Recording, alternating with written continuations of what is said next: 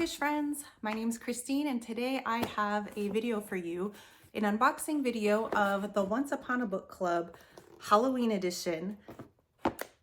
Once Upon a Book Club did two different Halloween boxes. They did a cozy edition and they did a spooky edition. So I of course had to get both because I am obsessed with Halloween and fall and all things spooky. So the one that came first was the cozy box, and I just finished the book that was inside there and I wanted to open it up and kind of show you what this is about. So when you open it up, you get your book and you get several gifts. So our book this time was A Very Secret Society of Irregular Witches, which I had been seeing around on Instagram and stuff, and I was really interested because anything that has witches in it is going to get my interest. And it came with 4 gifts. So page 69. So what you do is, as you read along in the book, there will be a little like post-it while you're reading that will tell you which gift to open. And that gift kind of correlates with what's going on in the book to create just this really immersive experience. So it's a lot of fun.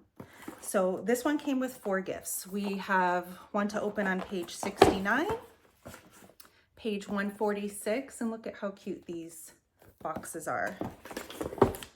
Page 260 and page 77. And then it also comes with, it came with a signed book plate, which I already put in my book, and then just some of the little pamphlets that come with it. It has a little conversation with the author and some just discussion questions if you wanted to talk about this in a book club or something. So I've already read the book, like I said, but I'll go ahead and I'm going to read the bit on the back, and then I'll talk about what I thought about the book, and then we can open the gifts together. So this one says, as one of the few witches in Britain, Mika Moon knows she has to hide her magic, keep her head down, and stay away from the other witches so their powers don't mingle and draw attention. And as an orphan who lost her parents at a young age and was raised by strangers, she's used to being alone as she follows the rules, with one exception: an online account where she posts videos pretending to be a witch. She thinks no one will take it seriously, but someone does. An unexpected message arrives begging her to travel to the remote and mysterious Nowhere House to teach 3 young witches how to control their magic. It breaks all the rules, but Mika goes anyway and is immediately tangled up in the lives and secrets of not only her 3 charges, but also an absent archaeologist, a retired actor, 2 long-suffering caretakers, and Jamie, the handsome and prickly librarian of the Nowhere House, who would do anything to protect the children as far as he's concerned. A stranger like Mika is a threat, an irritatingly appealing threat. As Mika begins to find her place at the Nowhere House, the thought of belonging somewhere feels like a real possibility. But magic isn't the only danger in the world. When peril comes knocking at their door, Mika will need to decide whether to risk everything to protect a found family she didn't know she was looking for. Now, I'm going to be honest, I went into this book not even reading the back. I just saw witches. I was down. So I just started reading it having no idea what it was about, other than it was going to be a cozy witch book. And it absolutely is. I tend to read more like darker books or horror books, or witches like on the darker side. This is definitely a fluffier, fun, lighthearted witch read, but it was still a fun time. So this to me is kind of like Mary Poppins meets the House in the Cerulean Sea, and Mika being Mary Poppins in this situation, because she comes along and she's got this magic and she has to kind of impress these children and insert herself into the lives of this family, this family of misfits that lives in the Nowhere House. So she's feeling very lonely and isolated as a witch because she's been taught that if too many witches come together, that the magic just becomes too uncontrollable and unpredictable and bad things can happen. So she's always just kind of like kept her secret to herself and never let anybody know that she's a witch and doesn't hang out with other witches, that kind of thing. So she ends up meeting this family, and of course, it's like the part that reminds me of House on the Cerulean Sea is that it's this found family of misfits. There is a gardener and his husband that live there as a couple. There is Jamie the librarian, who's this grumpy guy, and a few other people that just kind of have found their way into this house that have been taking care of these children. And Mika is this very sunshiny, bubbly kind of person who still will put you in your place. So that kind of reminds me of Mary Poppins. So this ends up being a little bit of a romance, which isn't usually my thing, but it's cute. It's got the sunshine, grumpy trope working for it. So obviously Mika and the grumpy librarian help find what they need out of life. So if you like fluffy, lighthearted reads, kind of Hallmark-esque type with a witchy vibe, then I think you'll like this one a lot. There's a lot of cute elements in there. I like that she has a car that she calls her broomstick or the broomstick. She has a dog named Cersei. So there's a lot of like little witchy elements to it that are fun, but it's not like a super heavy witchy book. Not what I'm used to reading, but very cute, very perfect for the Once Upon a Book Club cozy read. So pick this one up if that's your kind of thing. So let's open up the gifts, and I'm just gonna kind of read the excerpt where each one lies. It's not gonna be a spoiler or anything like that. So each vial was labeled, of course, and Mika watched the girls read the labels with avid interest. The relatively mundane lavender, peppermint, and cedar, and the more curious mushroom dust, poppy pollen, crushed pearl, and finally the downright exciting moonlight and star shavings. So she's kind of opening up her suitcase and taking out some of her vials, and then it tells us to open page 69's gift.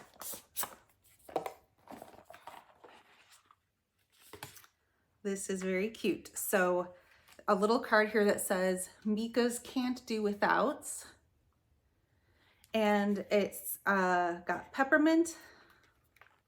We've got some diffuser oils. So it's got peppermint, lavender, sandalwood, lemongrass, eucalyptus, and bergamot. And each one on the card kind of tells you what each oil does. Like peppermint oil is promoted to treat headaches, muscle aches. Like it kind of tells you in what situation you would want to use that. And this is really cute because they've actually made the jars so that it says it has Mika's name on there, and if you could see that.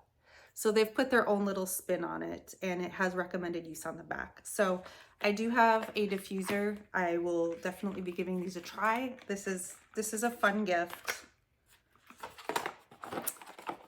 All right, so the next one is page 77, so that wasn't too far after.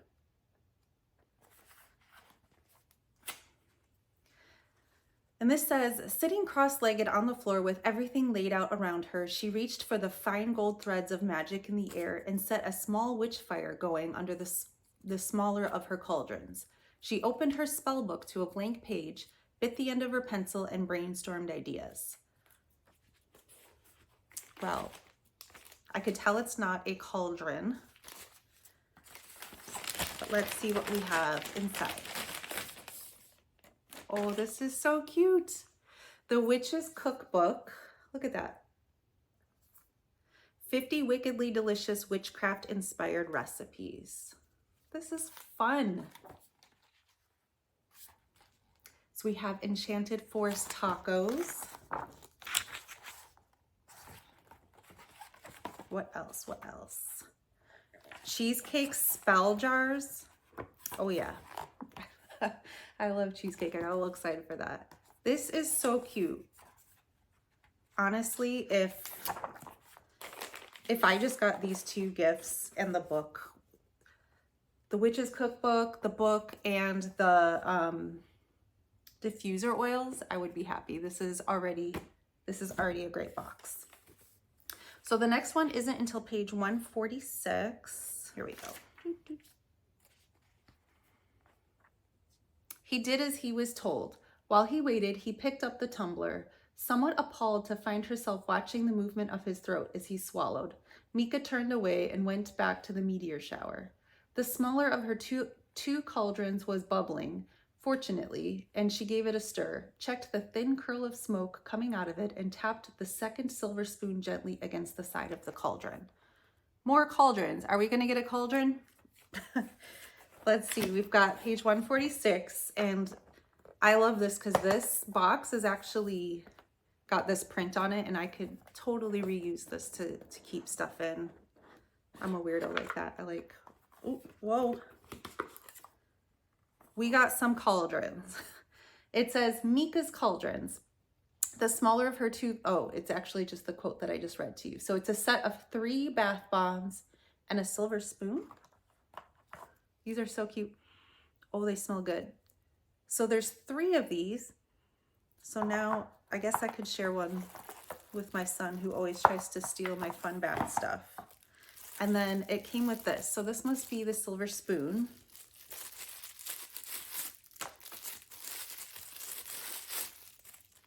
Oh my gosh, so cute.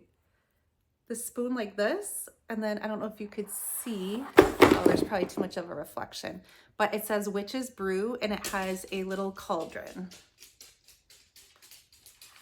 Too reflective. That's really cute. I think this is turning out to be a great box. I like it when all the items are things that I will actually use. The trinkets and stuff are fun, but I end up with so many of them that I'm excited. Okay, so we have one left over, and it is page 260.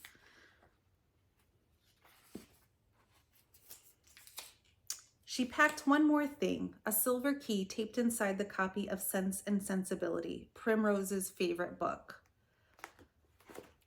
I have to admit, one thing that was a little bit of a thing that kind of throws me off in this book is the way that the children are portrayed, because there's supposed to be 3 children. I think the oldest one is 8. I think they're 6, 7, and 8, somewhere around there.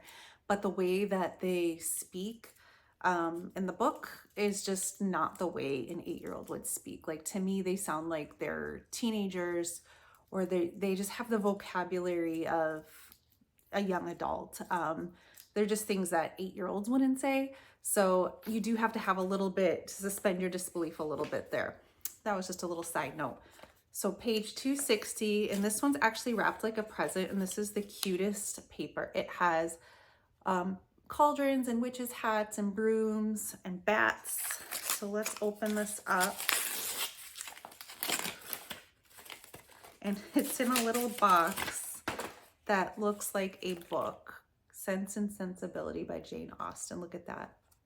So cute. Oh, this is cute. So it says it's a bottle opener. So this is the silver key that they were talking about. And it actually has like chapter 11 here from Sense and Sensibility. Oh, this is adorable. I don't know that I'm going to use it as an opener, but I think this is a real cool, really cool just decoration. Because this feels like a real key. You know what this key reminds me of? Is Return to Oz. I don't know, just had that little. So you could actually take this out, and I will be able to reuse this because this is adorable. So just to recap, what came in this box was this book, our key, bottle opener, a witch's cookbook, and this one, like, look at you guys. This is adorable. I can't wait to look through this because this is so fun. We got our cauldrons, bath bombs that smell amazing. This was actually like 2-in-1 gift because there was this spoon as well. And lastly, 6 diffuser oils. And I want to say that these boxes are around $50, maybe $55. I can't remember, I'll have to look, and I don't remember if that's with shipping, so I will just look it up and put it in this video. Let me know what you think, you guys. Did you read this book? Did you like it? The other thing is that I did buy the scary version of this box as well, and I haven't read the book yet. So what I'm gonna do is just kind of show you what it looks like. This box came to me very smashed up, but everything inside seems just fine. So the book that came in that one, this is for the scary box, is Just Like Home, which I have also been interested in reading. So I was really glad to see that.